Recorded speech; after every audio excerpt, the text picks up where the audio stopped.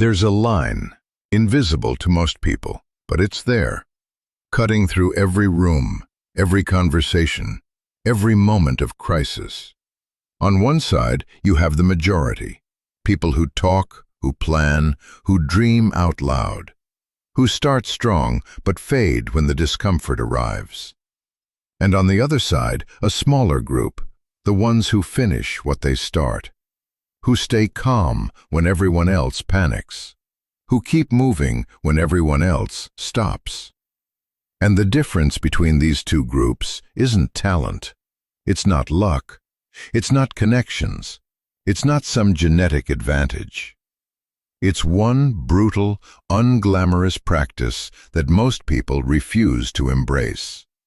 The discipline of staying when you want to quit, of showing up when no one's watching, of doing the thing you said you'd do even when every part of you screams to do something else. This isn't motivational, it's mechanical. Because winners aren't built in moments of inspiration. They're built in the long, boring, invisible hours where discipline is all you have. And if you can't find a way to love that emptiness, that solitude, that grind, you'll never separate yourself from the crowd. You'll always be close, always be almost, but you'll never break through. Because breaking through requires something most people simply won't give. The willingness to be uncomfortable for longer than everyone else. And today, we're going to talk about what that actually looks like. Not the highlight reel version, the real version, the one that hurts. The harsh truth: most people quit before they even start. Here's what no one wants to admit. Most people are defeated before they begin, not because they lack ability, but because they never commit fully. They dabble. They test the water with one foot. They keep an escape route ready in case things get hard. And the moment resistance shows up, and it always shows up, they retreat. They tell themselves it wasn't meant to be, that maybe they're not cut out for it, that they'll try something else. And the cycle repeats. New goal, new plan, same outcome. Because they never learned the one thing that separates winners from everyone else. Winners don't need to feel ready. They just start and stay. Seneca wrote, "It is not because things are difficult that we do not dare. It is because we do not dare that they are difficult." Read that again. Most people think they're waiting for the right moment. But really, they're waiting for certainty, and certainty never comes. Not before you begin. You only find certainty in the middle, after you've been tested, after you've proven to yourself that you can endure. But most people never get there, because they quit the moment it stops feeling exciting, the moment the novelty wears off, and all that's left is work. Real, unglamorous, repetitive work. And that's where winners are made. In the unsexy middle, where no one's cheering, no one's watching, and no one cares if you continue, except you. Carl Jung said, "The privilege of a lifetime is to become who you truly are." But becoming who you truly are requires staying in the fire long enough to burn away who you're not. And most people pull out the moment they feel the heat. They mistake discomfort for a sign that something's wrong, when really, discomfort is the sign that something's working, that you're in the right place, that transformation is happening. But you have to stay. That's the discipline. Not quitting when it gets hard, not renegotiating your commitment when motivation fades, just staying. The foundation, why discipline beats talent every time. Let's settle something right now. Talent is overrated. Yes, it gives you a head start, but it doesn't guarantee anything, because the graveyard of potential is filled with talented people. People who had the ability, but not the discipline. People who started strong, but couldn't sustain it. People who wanted the results, but weren't willing to pay the price. Meanwhile, the winners, the ones who actually build something that lasts. They're not always the most gifted, but they're always the most consistent. They show up on the good days and the bad days. They work when they're inspired and when they're drained. They understand something fundamental. Discipline compounds. Talent might get you noticed, but discipline gets you there. Marcus Aurelius understood this deeply. He wrote, "Waste no more time arguing about what a good man should be. Be one." He wasn't interested in potential. He was interested in action, in what you do day after day when no one's applauding. Because that's what builds empires, careers, legacies. Not the bursts of brilliance, but the boring consistency, the unglamorous repetition, the showing up even when you don't feel like it. And here's the brutal part. No one's going to do it for you. No coach, no mentor, no accountability partner can give you discipline. They can guide you, sure. They can provide structure. But at the end of the day, when you're alone with your choices, when it's 5 a.m. and the alarm is ringing, when you're tired and the couch is comfortable, when everyone else is taking the easy path, it's just you and the decision you make in that moment. That's what separates you. Not your goals, not your plans, not your vision board, your actions. And your actions are only as strong as your discipline. Brutal truth number 1. No one's coming to save you. Most people are waiting for the perfect mentor, waiting for the big break, waiting for someone to believe in them, to see their potential, to open a door. And while they wait, life passes. Because here's what they don't understand. The cavalry isn't coming. No one's going to hand you discipline. No one's going to force you to be great. No one's going to care about your dreams as much as you do. And that's not tragic. That's liberating. Because it means you're in control. You're not at the mercy of circumstances or other people's validation. You can start right now with what you have, where you are. Epictetus taught, "Make the best use of what is in your power, and take the rest as it happens." And what's in your power? Your effort, your consistency, your refusal to quit. That's it. That's all you need. Not perfect conditions, not unlimited resources, not a clear path. Just the willingness to work with what you have, and to keep working when results don't show up immediately, because they won't. Winners understand that success is invisible for a long time. You're putting in work and seeing nothing. You're showing up every day and the scoreboard isn't moving. And most people interpret that as failure. They think, this isn't working, I should try something else. But winners think differently. They know that growth happens beneath the surface, that roots go deep before anything breaks ground, that you're building a foundation that no one can see yet, but it's there. And one day, all that invisible work will become visible, but only if you stay, only if you refuse to let discouragement convince you to quit, only if you trust the process more than you trust your feelings.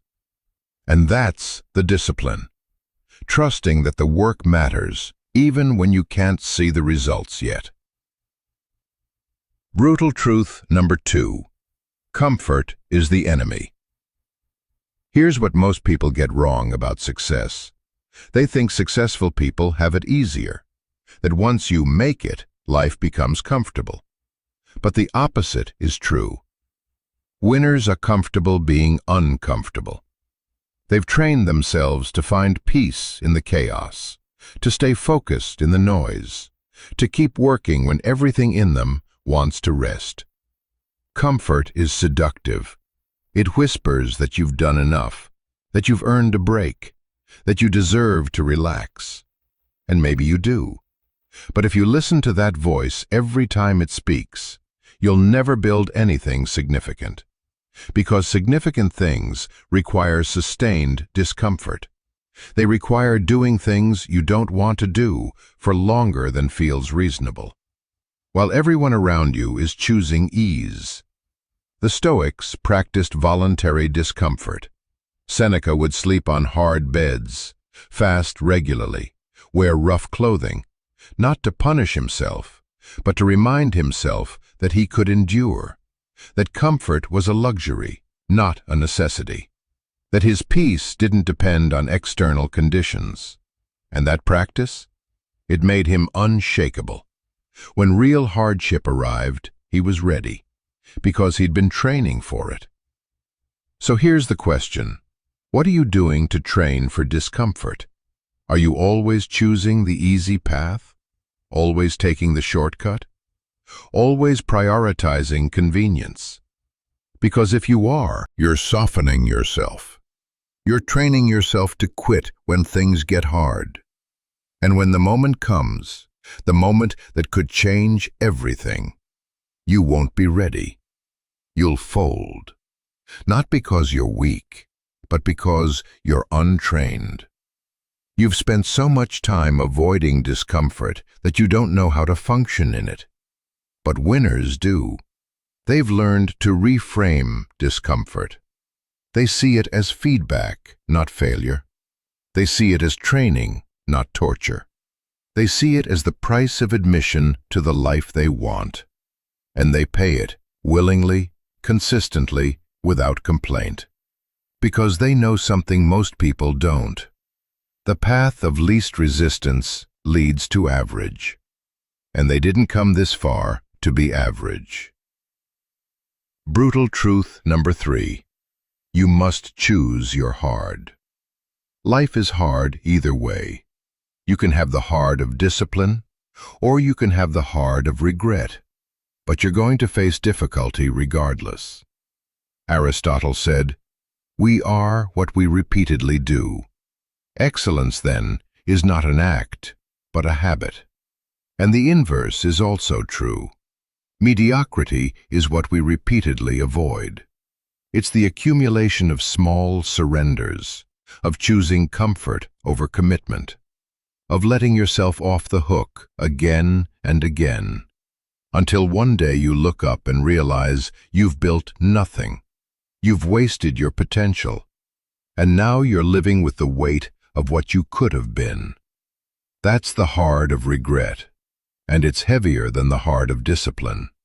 Because at least with discipline, you're moving forward. You're building something. You're becoming someone you respect. But with regret, you're stuck, replaying the same scenes, wondering what would have happened if you'd just stayed a little longer, if you'd pushed a little harder, if you'd trusted yourself enough to keep going. Don't do that to yourself. Choose your hard wisely. Because the pain of discipline lasts a season, but the pain of regret lasts a lifetime. And here's what makes it worse. You can't go back. You can't reclaim those years you wasted. You can't undo the choices you made out of fear or laziness. You can only move forward from where you are now. So the question is, what are you going to do with the time you have left? Are you going to keep drifting? Keep making the same excuses? Keep waiting for motivation to strike? Or are you going to decide, right now, today, that you're done living small, that you're done being comfortable, that you're ready to pay the price of becoming someone extraordinary? Because that decision, it's the only one that matters. Everything else is just details. Brutal truth number 4. Discipline is built in solitude. Here's something most people don't want to hear. The work that changes your life happens alone, not in groups, not with accountability partners, not with an audience. Alone. In the early morning when everyone's asleep, in the late night when everyone's out, in the moments when no one's watching and no one cares. That's where discipline is forged. Because when you're alone, there's no performance. There's no one to impress. There's just you and the choice to do the thing or not do the thing, to honor your word or break it, to move forward or stay still. And most people can't handle that solitude. They need external validation. They need someone to cheer them on. They need to post about it, talk about it, get encouragement. But winners don't. They've learned to be their own source of motivation. They've learned to trust themselves when no one else is around. They've learned that the most important promises are the ones you make to yourself when no one will ever know if you kept them. Plato wrote, "The first and best victory is to conquer self." And you can only conquer yourself in private, in the quiet moments where shortcuts are available and no one would blame you for taking them. But you don't, because you're building something, not for applause, not for approval, but for yourself, for the man you're becoming, for the life you're creating. And that work? It's sacred. It's not meant to be shared. It's not meant to be broadcast. It's meant to be done, quietly, consistently, without fanfare. And over time, the results speak for themselves. People will notice. They'll see the change in you, the focus, the discipline, the calm. And they'll ask, "What's your secret?" But you won't have one, because there is no secret. Just solitude, just work, just the refusal to quit when no one's watching. Brutal truth number 5. You'll have to sacrifice things you love. Let's be clear about something. Discipline requires sacrifice. Not the romantic kind, the real kind. You're going to miss parties. You're going to say no to social events. You're going to spend Friday nights working while your friends are out. You're going to wake up early on weekends when everyone else is sleeping in. And some people won't understand. They'll think you're obsessed, that you're taking things too seriously. They'll try to convince you to relax, to live a little. But here's what they don't understand. You're not sacrificing joy. You're delaying gratification. You're choosing the long game over the short thrill. You're choosing the life you want over the temporary comfort everyone else is chasing. Seneca said, "No great thing is created suddenly, and greatness requires that you give up things today so you can have things tomorrow that most people will never have." That's the trade. And most people won't make it. They want both. They want the discipline and the freedom, the results and the comfort, the success and the ease. But it doesn't work that way. You have to choose. And winners choose the path that looks lonely at first, but leads to freedom later. They choose the grind that no one sees, so they can live the life everyone wants. And they make that choice over and over. Not once, not in one grand moment, but daily, hourly, in the small decisions that no one notices, until suddenly everyone does. Brutal truth number 6. Discipline is a signal, and people are watching. Here's something you might not realize. Your discipline sends a message, not just to yourself, but to everyone around you. When you show up consistently, when you keep your word, when you do what you said you'd do, even when it's hard, people notice. They might not say anything, but they're watching, and they're making judgments about who you are, about whether you're serious, about whether you can be trusted. And over time, your reputation gets built, not by what you say, but by what you do, repeatedly. Marcus Aurelius wrote, "The impediment to action advances action. What stands in the way becomes the way." And what that means is this. The obstacles you face aren't keeping you from your goals. They're revealing your character. They're showing people and yourself what you're made of. And when you push through those obstacles, when you stay disciplined, even when it would be easier to quit, you're building something more valuable than success. You're building trust. Trust in yourself and trust from others.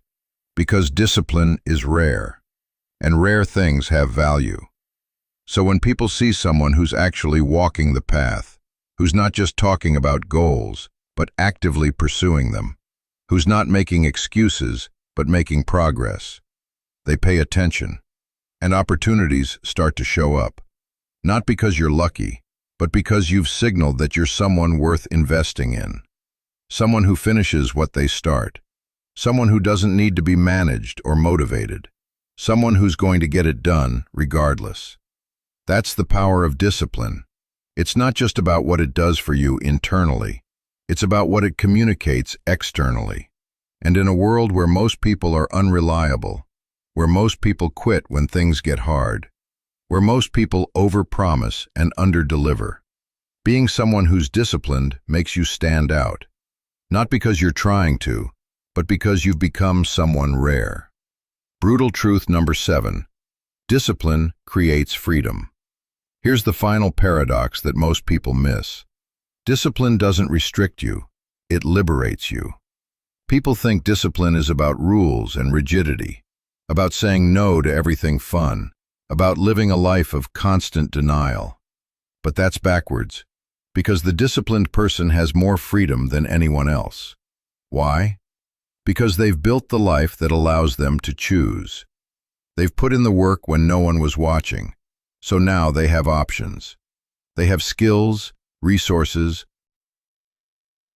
reputation. They're not desperate. They're not scrambling. They're not at the mercy of circumstance. They've created margin, and margin is freedom. Epictetus taught, freedom is the only worthy goal in life. It is won by disregarding things that lie beyond our control. And discipline is how you win that freedom, by controlling what you can, your actions, your choices, your habits. You create a life where external circumstances have less power over you. You're not reactive. You're not dependent. You're not fragile. You're solid. And that solidity, it changes everything. You can take risks because you've built a foundation. You can say no because you're not desperate for approval. You can walk away from what doesn't serve you because you know you'll be fine. That's what discipline gives you. Not restriction, but choice.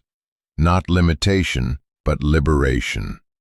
And that's why winners embrace it.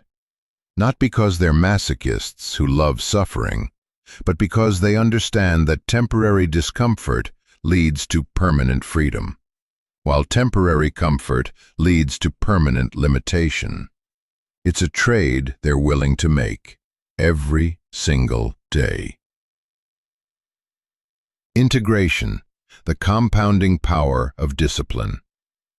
Here's what makes discipline so powerful. It compounds. One day of discipline doesn't change your life, but 100 days do. 1,000 days create transformation. Because every time you choose discipline over distraction, every time you choose work over comfort, every time you choose the long game over the short thrill, you're not just making progress on your goals, you're becoming someone different, someone stronger, more focused, more capable. And that person? They can handle things you can't right now. They can see opportunities you're missing. They can execute at levels you haven't reached yet. But they don't exist yet. You have to build them. Day by day, choice by choice, rep by rep. Aristotle said, "Quality is not an act, it is a habit." And the same is true for excellence, for success, for becoming someone who stands out. It's not one big decision. It's 1,000 small ones. And most people never stack enough of them. They have a good week and then fall off. They have a good month and then celebrate too early. They start strong, but don't finish. But winners are different. They understand that the magic isn't in the start. It's in the middle, in the long, boring stretch where nothing seems to be happening, where progress is invisible, where doubt creeps in and asks, Is this even worth it? And they answer with action. They keep showing up. They keep doing the work. They keep trusting the process, even when they can't see the results yet, because they know, deep in their bones, that if they stay long enough, if they work hard enough, if they refuse to quit no matter what, eventually the breakthrough comes. Not because they're special, but because they stayed when everyone else left. The dark side. What happens without discipline? Let's talk about the alternative, because most people think the opposite of discipline is freedom, but it's not. The opposite of discipline is chaos. It's waking up every day with no direction. It's bouncing from one thing to the next, hoping something sticks. It's living at the mercy of your moods. It's saying yes to things you should decline. It's breaking promises to yourself so often that your word becomes meaningless. It's looking in the mirror and not respecting who you see, because you know, deep down, that you're capable of more, but you're not willing to pay the price. And that knowing, it eats at you. It turns into regret, resentment, bitterness. Not at the world, but at yourself, because you had the chance and you wasted it. You had the time and you squandered it. You had the potential and you buried it under excuses. Seneca warned, "It is not that we have a short time to live, but that we waste a lot of it." And most of that waste comes from a lack of discipline, from choosing the easy thing today that makes tomorrow harder. From avoiding discomfort until discomfort becomes your entire life. From thinking you can delay and delay and delay until suddenly you can't because time ran out. And now you're living with the consequences of 1,000 small surrenders. Don't let that be you. Don't let comfort steal your potential. Don't let fear of discomfort rob you of the life you could build. Because the pain of discipline is temporary, but the pain of regret is permanent. Choose wisely. The line that separates you. So here we are, back at that invisible line, the one that separates winners from everyone else. And now you know what it is. The brutal discipline of staying when you want to quit, of showing up when no one's watching, of doing the thing you said you'd do, even when every part of you wants to do something else. That's the line. And every day, you're on one side or the other. There's no middle ground. You're either building discipline or you're eroding it. You're either becoming someone you respect or someone you tolerate. You're either moving toward the life you want or drifting further from it. And the choice is always yours. Not your circumstances, not your past, not your resources, just your choice in this moment. Marcus Aurelius wrote one final piece of wisdom worth carrying. You have power over your mind, not outside events. Realize this, and you will find strength. And that power? It's exercised through discipline, through the daily decision to control what you can and let go of what you can't, through the commitment to show up, even when it's hard, even when it's lonely, even when no one's applauding, because that's where winners are made, not in the moments of glory, but in the moments of grind, not when it's easy, but when it's brutal. And if you can learn to find peace in that brutality, if you can learn to love the process more than the outcome, if you can learn to trust that the work matters even when you can't see the results yet, you'll cross that line. You'll separate yourself, not because you're more talented, but because you're more disciplined. And in the end, that's all that matters. Talent fades, luck runs out, opportunities come and go. But discipline? Discipline lasts. And the man who masters it, masters everything else. So the question is simple. Which side of the line are you going to choose? The side where most people live, comfortable, safe, unremarkable, or the side where winners live, uncomfortable, challenged, extraordinary. The choice is yours, and it starts right now. Not tomorrow, not when you feel ready, right now. So move, stay focused, stay grounded, and remember, the quiet work you do today is shaping the strength they'll never see coming. Let them wonder how you did it. You'll know it was discipline. Brutal, unglamorous, unrelenting discipline. And that's all you'll ever need. Discipline is just the beginning. Next, discover the one mindset shift that makes everything else fall into place, and why most men never find it. Stay focused, stay grounded.